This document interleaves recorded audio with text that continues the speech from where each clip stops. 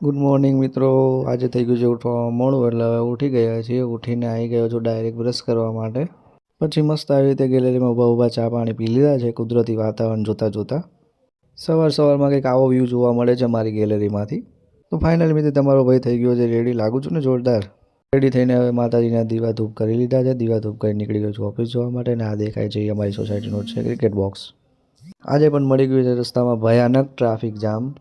માંડ કરીને ભાઈ સાહેબ ટ્રાફિકમાંથી બહાર નીકળી ગયા છીએ. હવે ફાઇનલી તમારો ભાઈ જિંદગીમાં લાઈફમાં પહેલી વાર ટાઈમ ઉપર ઓફિસે પહોંચી ગયો છે.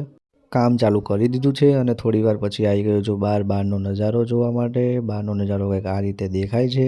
અને પછી 1 વાગી ગયો છે ને હું આવી ગયો છું લંચ બ્રેક માટે. લંચ બ્રેક પતાવીને પાછું કામ ચાલુ કરી દીધું છે ને કામનો લોડ છે આજે થોડો વધારે.